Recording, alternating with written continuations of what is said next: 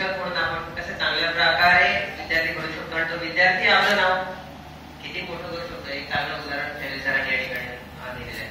आता हे झालं कलेच्या माध्यमातून किंवा सुदर्शनच्या माध्यमातून, पण आजकाल पालकांना समाजामध्ये या अपेक्षित असतं तर गुणवत्ता अपेक्षित असते.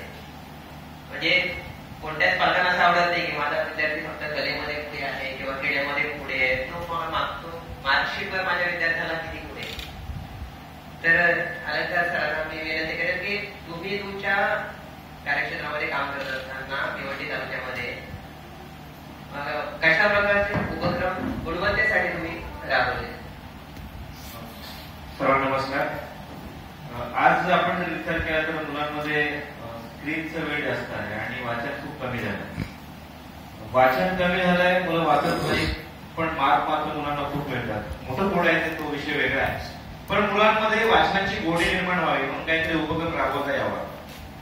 आणि जुनी जी पुस्तकं आहेत ही पुस्तकं आज लोप पावत चालतात, कारण ते पुन्हा प्रिंट करणं परवडत नाहीत आणि बऱ्याचशा संस्था प्रयत्न करतात की ते ई स्वरूपात जतन करतात, पण तो काही प्रमाणात होतोय. तर अशा पद्धतीने ई लायब्ररी सुरू करण्याचा मी चांगला प्रयत्न केला आणि त्या प्रयत्नाला चांगलं यश आलं. मुख्यमंत्र्यांनी दखल घेतली आणि मागच्या वर्षी 15 जूनला पहिल्या दिवशी शाळेच्या ह्या माझ्या उपक्रमाबद्दल मुख्यमंत्र्यांनी माझा पुण्यात बोलून सत्कार देखील. तर आम्ही पहिल्यांदा येथे शाळेमध्ये ई लायब्ररी सुरू केली की बरीचशी पुस्तकं आता ई स्वरूपात आहेत आणि टेक्स्ट स्वरूपात ते विकत घेणं देखील परवडत नाही. त्यामुळे आम्ही त्या शाळेमध्ये एक 8 लॅपटॉप, 10 किंडल्स, 2-3 टॅब आणि वायफाय अशा युक्त अशी ती आम्ही लायब्ररी सुरू केली. आणि त्या लायब्ररीमध्ये मुलं आल्यानंतर त्यांना जे काय आवडतं त्या पद्धतीने आम्ही ते सर्व लॅपटॉपमध्ये पुस्तकं डाउनलोड केली होती. त्याशिवाय ते सगळे लॅपटॉप इंटरनेट कनेक्शन असल्यामुळे तर एखादं पुस्तक त्यात नसेल आणि ते ऑनलाईन देखील वाचता येत होतं, वर्तमानपत्र वाचता येत होते. तर आम्ही ती मुलांना ती सुविधा उपलब्ध करून दिली. त्याचबरोबर इतर वेळेला महिला वर्ग आहे, या महिला वर्गाने त्या ठिकाणी युट्यूब वरून त्यांच्या आवडीच्या गोष्टी म्हणजे पाककला असेल किंवा मेहंदी वगैरे या सगळ्या गोष्टी ज्या पहिल्यांच्या आवडतात त्या देखील त्यांना पाहता याव्यात अशा आम्ही त्या ठिकाणी सुविधा उपलब्ध केली. परंतु ती सुविधा उपलब्ध केल्यानंतर पुन्हा एक समस्या, ती समस्या आली लक्षात की जरी एवढी आपण सुसज्ज लायब्ररी केली तरी पण प्रत्यक्षात तुम्ही त्या ठिकाणी याल तेव्हा तुम्हाला ते ऍक्सेस नाही, तोपर्यंत तुम्हाला त्याचा उपयोग होणार नाही. मग काय करता येईल म्हणून आम्ही काय केलं की पेनड्राईव्ह ही पुस्तकं आम्ही आजूबाजूच्या शाळांमध्ये देऊ लागलो आणि मग त्या ठिकाणी त्याचा ते वापर करू लागले. एवढ्यावर पण माझं काही समाधान झालं नाही, कारण हे ई स्वरूपात एकदा आलं की ते ई स्वरूपात आल्यानंतर त्याचा प्रचार प्रसार करणं सोपं असतं. मग मी व्हॉट्सअपच्या माध्यमातून ते सुरू केलं. आज मी साधारणतः 7 ते 8 हजार लोकांपर्यंत प्रत्यक्ष मी पुस्तक पाठवतो.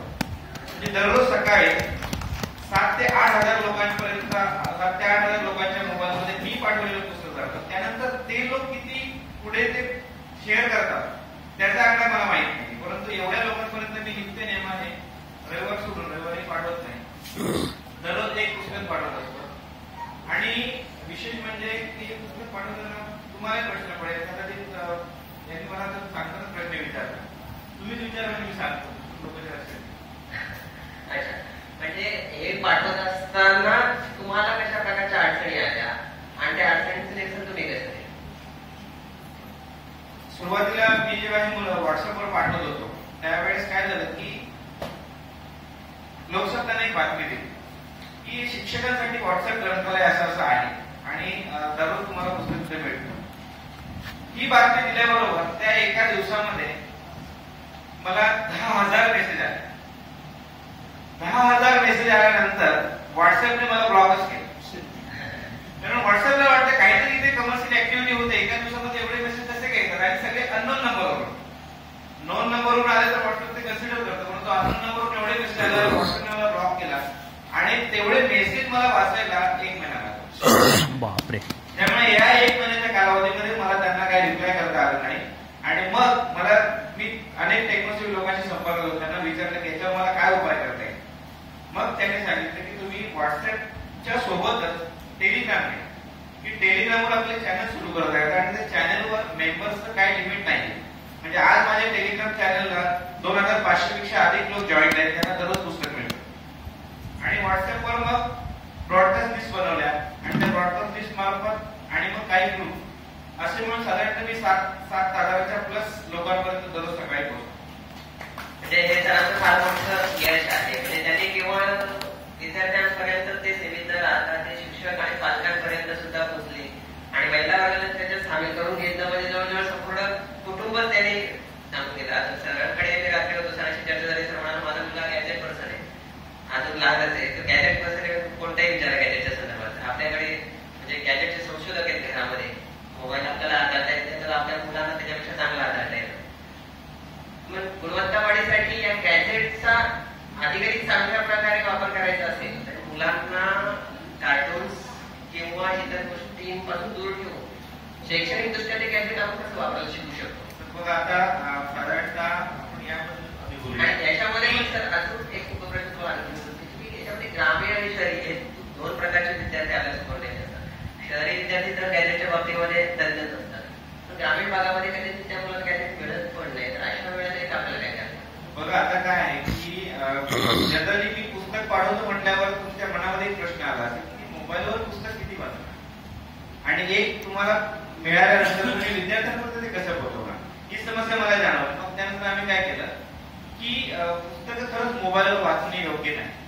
मोबाईलवर पीडीएफ जरी असेल तर त्याच्यावर पुस्तक वाचणे योग्य नाही.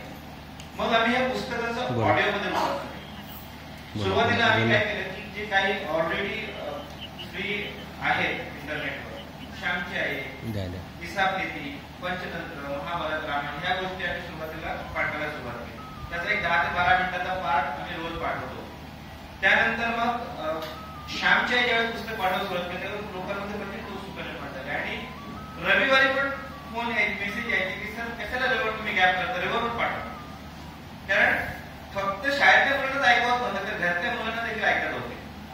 मग ते श्यामचे पुस्तक संपल्यानंतर आम्ही बोधकथा स्वतः आम्ही रेकॉर्डिंग करत होतो आणि बोधकथा आम्ही पाठवतो. आता दररोज एक बोधकथा सुट्टी लागल्यापासून बोधकथा आम्ही बंद केल्या आणि पीडीएफ पुस्तक पाठवतो जे शिक्षकांसाठी आणि आवाज वाचण्यासाठी उपयुक्त. एक काम करो ना, ईएनटी सर्जन को बुलाओ. कारण त्यांच्याकडे वेळ देखील आहे, परंतु जेव्हा शाळा असतात त्यावेळेस उसको डिसलोकेशन हुआ होगा. हेलो हेलो, उसको डिसलोकेशन हुआ है.